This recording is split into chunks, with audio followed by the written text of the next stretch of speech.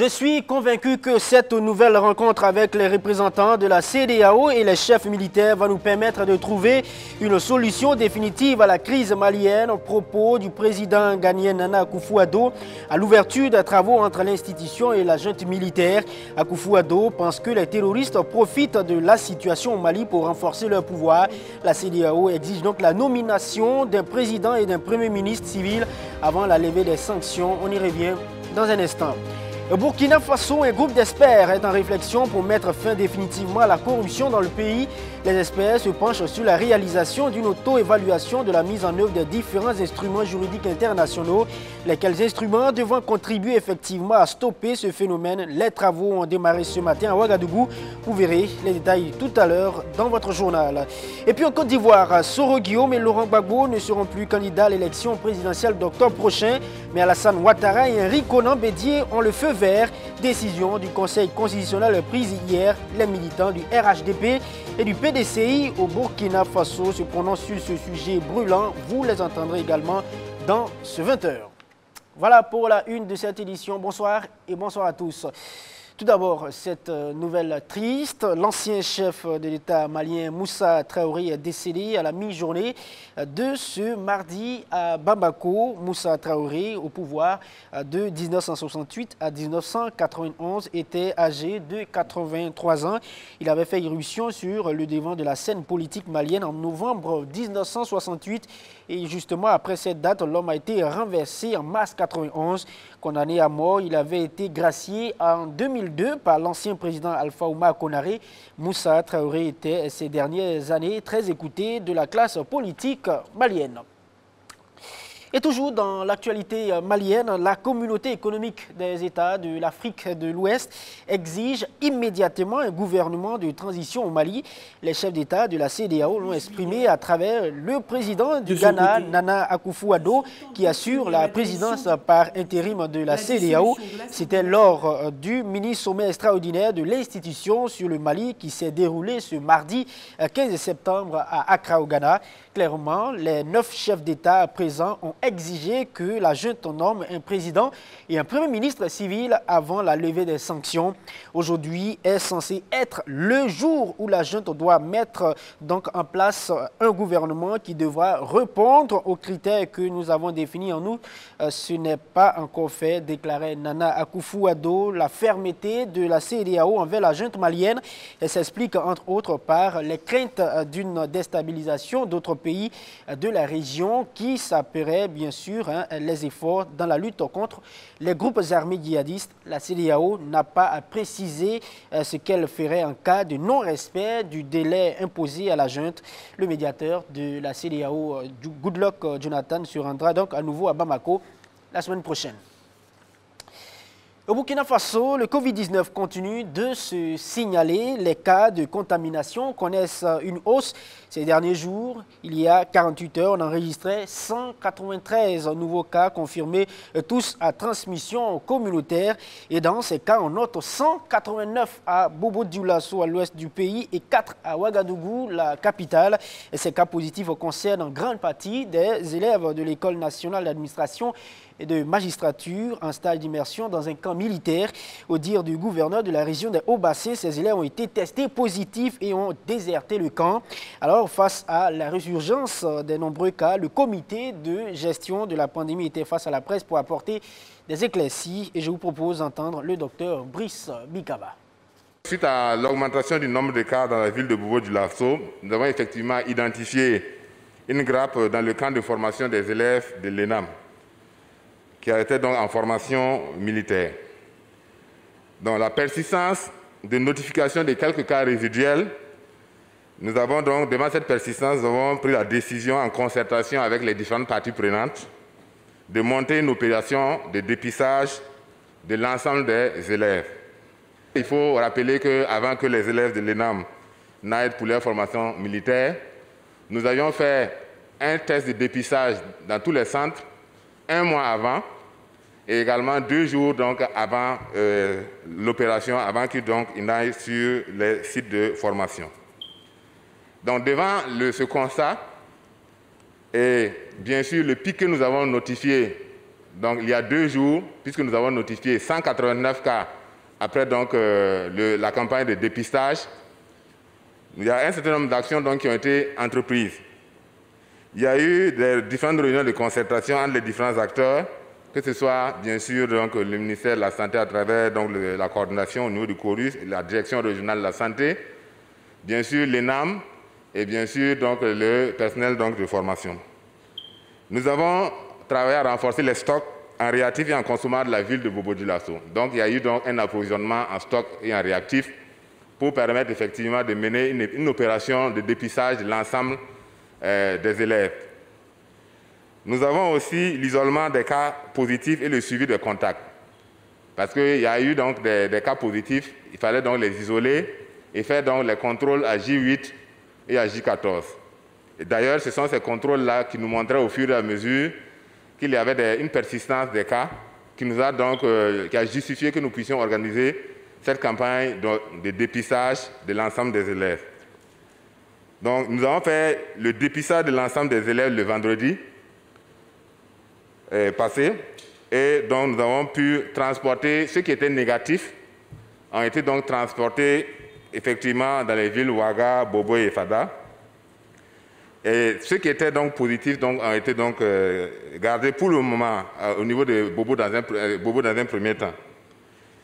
Nous avons envoyé effectivement une équipe de la direction régionale de la santé avec l'appui des psychologues pour discuter avec donc, les élèves qui étaient positifs, expliquer effectivement ce qui devait être fait et quels étaient effectivement les risques si donc, on devait les laisser donc, sortir. Et pourquoi il y avait la nécessité d'un confinement. Parce que 189 cas positifs en même temps, il fallait qu'ils soient confinés. On ne pouvait pas laisser que ces 189-là aillent directement à la maison. Il y a eu donc la diffusion de communiqués et nous avons mis en place un dispositif au niveau du 35-35 lorsque, bien sûr, il y a eu des élèves qui sont sortis sans avis médical. Nous avons mis un dispositif pour permettre aux élèves qui sont sortis de pouvoir appeler le 35-35 pour dire où ils sont. Comment mettre fin définitivement à la corruption au Burkina Faso? Pour tenter de trouver une réponse à cette interrogation, le pays s'est engagé avec différents instruments juridiques internationaux, avec notamment la Convention africaine sur la prévention et la lutte contre la corruption. Il s'agit de réaliser une auto-évaluation sur la mise en œuvre donc, de la dite convention. Les travaux ont démarré ce matin à Ouagadougou. Le compte rendu avec Fabé Mamadou Ouattara et Achille Ouedraogo.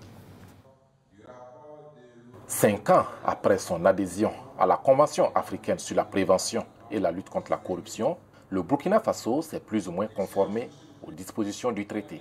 C'est le constat auquel est parvenu le groupe d'experts constitué pour évaluer l'état de mise en œuvre des dispositions de l'instrument juridique au plan national. À l'heure actuelle, en attendant que le rapport soit validé par ce groupe-là, on peut dire que de façon générale, nous sommes en règle. Mais il y a surtout sur quelques 3 points sur lesquels nous ne sommes pas totalement en règle. C'est par exemple le droit à l'accès à l'information et il était prévu dans nos textes la création d'un organisme qui n'a pas encore vu le jour. Donc ça c'est un peu une défaillance qu'il va falloir combler. La possibilité de déclaration électronique des biens des personnalités occupant de hautes fonctions était une autre insuffisance notée dans le rapport. Mais l'autorité supérieure de contrôle d'État et de lutte contre la corruption est parvenue à mettre en place une plateforme électronique qui permet d'effectuer les déclarations en ligne. Une avancée dont le contrôleur général d'État se félicite en ce qu'il donnera une plus grande portée au rapport d'auto-évaluation du Burkina Faso. La portée, c'est que nous devons faire une auto-évaluation qui va être examinée par le comité consultatif. C'est-à-dire que nous devons d'abord faire le point nous-mêmes de dire est-ce que nous appliquons ou nous n'appliquons pas. Ensuite, ce rapport d'auto-évaluation sera examiné par le comité consultatif de l'Union africaine qui est chargé de l'évaluation des États parties. En plus des dispositions de cette convention, le Burkina Faso a franchi plusieurs paliers dans la lutte contre la corruption, au rang desquels le renforcement institutionnel de l'ASE-LC. Luc Marius Ibriga met cette avancée à l'actif du gouvernement dont le premier responsable assure que son équipe jouera toujours sa partition dans la lutte contre cette gangrène. Quant au gouvernement, Il entend bien jouer sa partition dans la mise en œuvre des recommandations qui sortiront de l'examen de ce rapport. De façon pratique, le gouvernement, sur instruction de son Excellence Monsieur le Président du Faso, s'est engagé dans une dynamique de renforcement des mécanismes de prévention et de répression de la pratique. La validation de ce rapport d'auto-évaluation coïncide avec l'audit de la gestion 2019 des ministères et institutions de la République. Et selon le contrôleur général d'État, ce sera l'occasion d'évaluer sans complaisance les activités et la gouvernance financière et comptable des administrations pour s'assurer de la régularité, l'efficacité et la performance de la gestion du bien public. Restons encore dans l'actualité burkinabé. Plus de 8 millions de francs CFA collectés pour soutenir la candidature de Roch Kaboré, un montant collecté par la JDR. La JDR, c'est la jeunesse dynamique pour Roch en 2025. La JDR, justement, est un mouvement de jeunes leaders partageant une vision commune pour la réélection du président Roch Kaboré. Eh bien, cette somme va servir à contribuer à payer la caution du candidat Roch Kaboré pour la présidentielle de 2020, disent-ils. Le bilan de la collecte des fonds, c'était ce matin. Amadou Diko et Sié Constantinda. Plus d'un mois après avoir initié une collecte de fonds pour payer la caution de la candidature de Roch Marc Kaboré pour la présidentielle de 2020, la JDR, Jeunesse Dynamique pour Roch 2020, un mouvement de jeunes leaders partageant ensemble une vision commune pour la réélection du candidat Roch Marc Kaboré, est face à la presse. Il est question de dresser le bilan de ses activités pour les villes de Ouagadougou et Bobo-Dioulasso. Après la salle du CBC à Ouagadougou, c'était au tour de la salle des fêtes de l'ENEP de Bobo-Dioulasso de faire salle comble.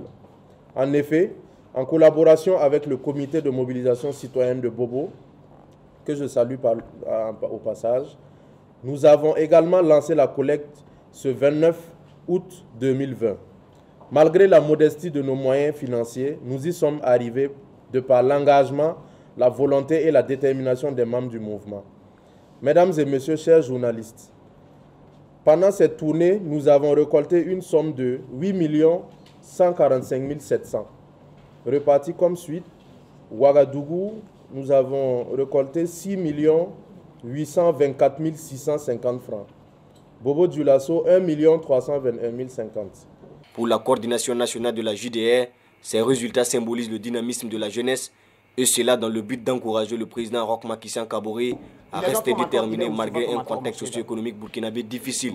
Ces résultats ne proviennent pas seulement du dynamisme de JDR et son coordonnateur, mais surtout un bilan d'un homme d'État qui, malgré les difficultés sociales et politiques et sécuritaires, a su bien mener le bateau commun qu'est le Burkina au résultat combien satisfaisant que l'on constate. Nous ne sommes qu'à la première étape de notre engagement à ses côtés pour la victoire au soir du 22 novembre. Les jours à venir, ce mouvement de jeunes, créé en juillet dernier, entend lancer la prochaine étape de sa collecte de fonds. Cette collecte va concerner les 43 autres provinces du Burkina Faso. Nous ouvrons à présent une fenêtre sur l'actualité ivoirienne. Depuis hier lundi, on connaît les candidats qui sont en cours pour la présidentielle en Côte d'Ivoire. Sur 44 dossiers, seulement 4 ont été validés par le Conseil constitutionnel. L'ancien président Laurent Gbagbo et l'ex-président de l'Assemblée nationale Guillaume Soro n'ont pas obtenu le feu vert de l'institution. Par contre, Alassane Ouattara, le président sortant, et Henri Konan Bédié sont sur la liste. Si les choses restent en l'état, on devrait donc assister à un duel final Alassane Ouattara et Henri Konan Bédié, les deux ténors du groupe. Mais avant, revenons justement sur cette décision du Conseil constitutionnel qui fait des gorges chaudes avec Gilles Dasda. Ils ne sont plus que 4 pour les élections du 31 octobre prochain en Côte d'Ivoire. Après filtrage du Conseil constitutionnel, Alassane Dramane Ouattara du RHDP, Henri Konan Bédié du PDCI, Pascal Afin-Guessan d'une des tendances FPI et Kouadio Konan Bertin sont ceux qui vont s'affronter fin octobre prochain. Exit donc les poids lourds du paysage politique ivoirien. Laurent Gbagbo, Guillaume Soro, récalés du fait de leur exclusion de la liste électorale. Exclusion faite suite à leur condamnation par contumace à des peines de prison. Leurs recours auront été de nul effet. Le contentieux de la liste électorale, tel que prévu par l'article 12 du Code électoral, ne prévoit aucun recours contre la décision du président du tribunal rendue à la suite d'une décision d'exclusion de la commission électorale indépendante. Considérant que les éléments sus-exposés commandent de se déclarer incompétent à ordonner la réinscription sur la liste électorale de M. Soro Kibafori Guillaume. Considérant ainsi que le dossier de candidature de M. Soro Kibafori Guillaume n'est pas conforme aux dispositions de l'article 48 du Code électoral qui subordent la validité de la candidature à la présidence de la République à la qualité d'électeur, laquelle résulte de l'inscription sur la liste électorale. Il s'ensuit que la candidature de M. Soro Kibafori Guillaume doit être déclarée irrecevable. Recalé aussi, Mamadou Koulibaly et Alphonse Mabry-Touakeuse. Mais qu'en est-il de la candidature du président sortant? Des requêtes avaient été introduites contre son 3e mandat.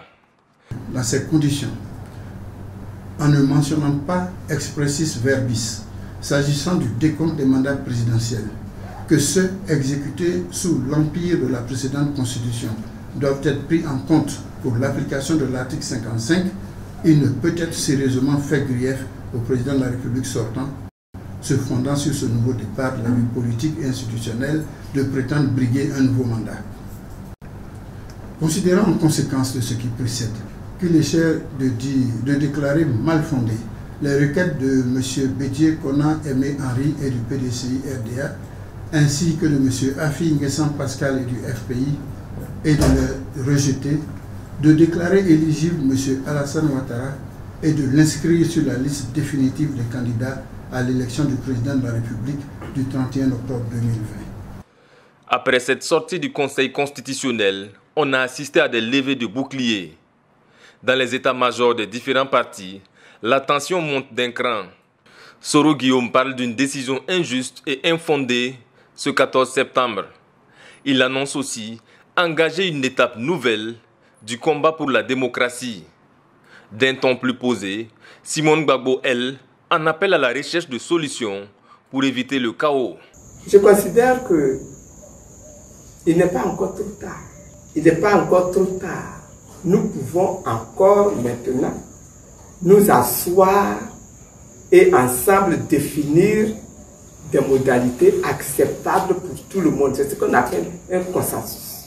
Avec ce consensus-là, nous pourrons aller à des élections justes, à des élections consensuelles, à des élections apaisées. La Côte d'Ivoire a déjà tellement souffert. Nous n'avons pas besoin d'une nouvelle crise. Nous n'avons pas besoin d'une nouvelle crise en Côte d'Ivoire pour des élections. De 44 candidats au départ, seulement 4 retenus vont prendre part aux joutes électorales pour accéder au palais présidentiel ivoirien. Les décisions du Conseil constitutionnel n'étant pas susceptibles de recours, un changement paraît peu probable, à moins que les différents responsables politiques ne trouvent un autre terrain d'entente, mais cela semble peu plausible. Et après cette annonce, les réactions à l'international ne se sont pas fait attendre. Les responsables des partis politiques comme le RHDP et le PDCI au Burkina Faso se prononcent sur la décision du Conseil constitutionnel. Tous restent d'accord que la Côte d'Ivoire doit travailler à éviter une crise comme celle de 2010. Et on en sait un peu plus avec Ilias Kaboré et Bassirou Issa Ouedraogo. Ce lundi 14 septembre, le Conseil constitutionnel de Côte d'Ivoire a donné la liste définitive des candidats à l'élection présidentielle du 31 octobre. Sur 44 dossiers déposés, le Conseil constitutionnel en a validé que 4, dont celui du président Alassane Ouattara. Parmi les dossiers refusés, ceux de l'ancien président Laurent Gbagbo et l'ex-président de l'Assemblée nationale Guillaume Soro. Au Burkina Faso, les représentants du RHDP et du PDCI RDA, en dépit de la validation des dossiers de leurs candidats, apprécient diversement la décision. Côté RHDP, on estime que les candidatures recalées sont dues à des insuffisances notées dans les dossiers. Tous les candidats devaient répondre à des critères. On a parlé de parrainage et tout et autres. Alors je pense que les 4 candidats qui ont été validés ont respecté ces critères-là. Maintenant, les autres candidats qui n'ont pas été validés, je pense que logiquement, c'est parce qu'il ne répond pas à ces critères. Alors pour nous, au RHGP, c'est un sentiment de joie. Au PDCI-RDA, on s'est dit ravi de la validation de la candidature de Henri Konan Bédié avec tout de même un bémol. C'est quand même choquant quand même pour les candidats qui ont été éliminés. Mais à mon avis, si mon candidat est retenu, je crois que c'est la joie. Mais au fait, il faut que tout le monde soit candidat. C'est ce que j'ai eu à dire en temps dans un journal, Le Quotidien. J'ai dit pour que nous évitons la guerre, il faut que tous les candidats se présentent. Cette décision du Conseil constitutionnel a fait réagir plusieurs personnalités politiques, certains ne cachant pas leur colère. La situation tendue ne présage pas d'une atmosphère paisible, d'autant plus que la candidature du président Alassane Ouattara pour un troisième mandat avait dégénéré en violence. Des violences qui ont fait 6 morts et une centaine de blessés selon le bilan officiel. À Ouagadougou, les représentants des partis politiques appellent cependant à la retenue et à l'apaisement. Je suis ivoirien, je suis à l'extérieur, mais j'ai encore des parents en Côte d'Ivoire.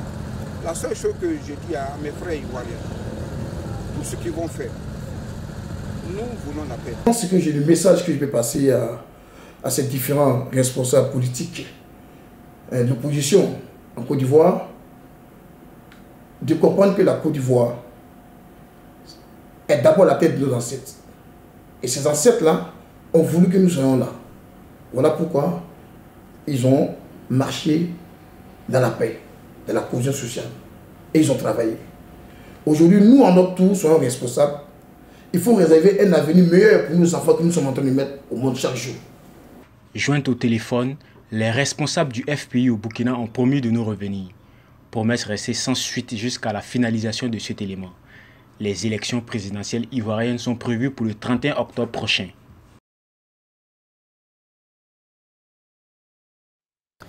Et puis on vous apprend aussi que la Cour africaine des droits de l'homme et des peuples a demandé à la Côte d'Ivoire de permettre à l'ex-premier ministre Guillaume Soro de se présenter à la présidentielle du 31 octobre. Sa candidature a été donc jugée irrecevable par le Conseil constitutionnel ivoirien, on l'a annoncé dans l'instant. Et pour rappel, le gouvernement d'Alassane Ouattara a retiré sa déclaration de compétence à la Cour africaine. C'était en avril dernier et de fait se désintéresse depuis de ces différentes décisions. La relance de l'économie nationale après le coup d'arrêt imposé par la maladie à coronavirus est au menu des échanges entre le gouvernement burkinabé et le secteur privé, en prélude au cadre formel de discussion entre les deux parties prévues la semaine prochaine. Le comité de pilotage du cadre de concertation entre le secteur privé et le gouvernement s'est réuni hier à la primature. Il a évalué justement l'état de mise en œuvre des engagements pris de part et d'autre, mais également discuter des différentes perspectives. Explication, Fabé Mamadou Ouattara. Les engagements pris par l'État burkinabé en faveur du secteur privé lors de la rencontre gouvernement-secteur privé en 2019 n'ont pas tous été mis en œuvre. Plusieurs facteurs, dont notamment la crise liée à la Covid-19, ont freiné les actions prévues. C'est ce que révèle le rapport du comité de pilotage du cadre de concertation entre le secteur privé et le gouvernement. Toutefois, la réunion de l'instance de dialogue a permis de revisiter les engagements et d'envisager les voies et moyens pour exécuter les résolutions prises.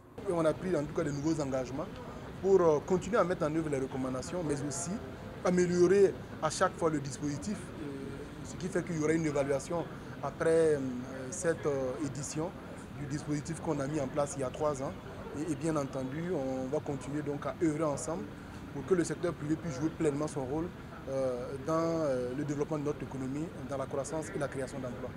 De quoi donc satisfaire les acteurs du privé qui notent la bonne disposition du gouvernement à créer des conditions idoines de leur épanouissement, eu égard notamment à l'impact de la maladie à coronavirus sur certaines entreprises.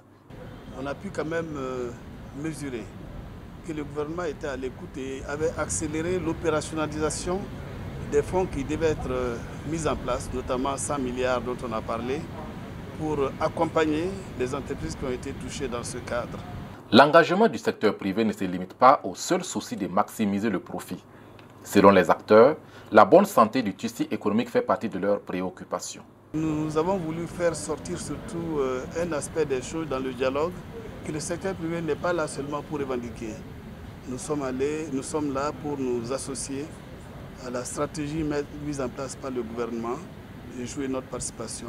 À ce titre, la défiscalisation de certains produits, la lutte contre la fraude et la contrebande, la digitalisation du paiement des impôts et j'en passe, sont autant de perspectives qui seront évoquées lors du prochain rendez-vous État-secteur privé prévu la semaine prochaine à Bobo-Dioulasso. Tout autre chose, à présent, un moustique vecteur du paludisme menace les villes africaines selon une étude américaine. Ce moustique est originaire d'Asie et particulièrement adapté à l'environnement urbain. Son nom, Anopheles stephensii, elle a appris à exploiter les réservoirs d'eau des villes et surtout ceux en ciment et en briques où elle se faufile par le moindre trou, j'allais dire, pour y déposer ses larves. C'est la seule espèce à avoir bien réussi à pénétrer les zones urbaines centrale, déclare une scientifique. L'étude conclut que 44 villes sont hautement adaptées à l'insecte et que 126 millions d'Africains qui sont aujourd'hui épargnés sont à risque principalement dans la région équatoriale. Stephensii, le nom de ce moustique, aime piquer dès la soirée quand il fait encore chaud. Mieux vaut installer donc les moustiquaires aux fenêtres imprégnées, les murs de produits insecticides et de couvrir aussi le corps, conseillent les chercheurs. Mais la mesure la plus essentielle est de viser les larves et donc de supprimer toute eau stagnante ainsi que de bien fermer tout réservoir, conseillent encore les scientifiques. Pour terminer ce journal, près de 6,5 millions d'électeurs pourront déposer leur bulletin dans l'urne lors des élections couplées présidentielles et législatives du 22 novembre. Au Burkina Faso, ces chiffres ont été communiqués cet après-midi par la Commission nationale électorale indépendante. C'était au cours d'une rencontre avec les responsables de partis politiques. Une rencontre qui aura également permis à ces derniers d'en apprendre un peu plus sur le budget alloué à ces élections. Découvrons la suite avec Linda Sarah Kaboré et Bassirou Sawadogo. À 2 mois des élections présidentielles et législatives, la Commission électorale nationale et indépendante fait la mise à jour du fichier électoral 2020. Le nombre exact de personnes qui pourront déposer leur bulletin dans l'urne est enfin connu. Cet exposé qui fait la mise à jour du fichier électoral est un exercice de redevabilité selon le président de la CENI. Notre fichier électoral aujourd'hui est de 6 492 026 électeurs. C'est la région du centre qui vient donc en premier avec 1 million, je vais rapprocher ça parce que malgré mes lunettes, les écritures sont petites, 1 294 644 inscrits donc, pour les élections du 22 novembre, suivi de Haut-Bassin, 780 032. Ensuite, évidemment, le centre-est, 510 706. Suivent plus dans l'ordre, mais bon, après, il y a l'est, qui fait donc 457 161. Vous avez le centre-nord, 464 089. Vous avez le centre-ouest, 464 041. Vous avez la boucle du Moune, 529 042. Vous avez le nord, 512 109. Néanmoins, plus de 1500 villages n'ont pas été enrôlés à cause de la situation sécuritaire que traverse le pays. Situation sécuritaire qui inquiète donc ces responsables de partis politiques qui s'interrogent quant aux zones à risque. Rassure la population que la CENI travaille à ce que les élections aient lieu dans les 368 communes du Burkina Faso. Maintenant, la CENI n'est pas la structure en charge de la sécurité du pays. Le président de la CENI précise également que le chef de l'État a instruit les FDS pour la sécurisation de tout le territoire. Par ailleurs, si à 72 heures du vote, la CENI n'arrive pas à déployer son matériel dans une localité donnée, elle en fera le point. Des participants apprécient toutefois cette volonté de transparence de la CENI, mais révèlent quelques points d'insatisfaction. La démarche de la CENI visant à éclairer la classe politique, je l'ai saluée à sa juste mesure, même si elle n'a pas pu régler certaines questions avenantes, certaines questions pendantes, comme la question du financement des partis politiques. On va mettre 54 milliards pour organiser des élections. C'est destiné aux électeurs avec l'impression, leur enrôlement, etc., etc. Mais les partis politiques même qui concourent, on leur donne combien? C'est une question importante parce qu'on doit tenir compte que ce sont les exécutifs nationaux qu'on doit choisir. Si on organise des concours de la fonction publique en termes de dizaines de milliards, et parfois même on a le taux d'échec qu'on connaît, pourquoi ceux qui vont présider aux destinées du pays, on ne peut pas mettre les moyens à leur disposition pour qu'ils aillent vendre leur programme et avoir l'électorat? Dès demain 16 septembre 2020, commencent les affichages dans les 368 communes et les 22 pays à l'étranger et la réception des dossiers de candidature débute le 17 septembre prochain. Voilà, c'est la fin de cette édition. Merci à vous tous de nous avoir suivis. Passez une excellente soirée, j'allais dire.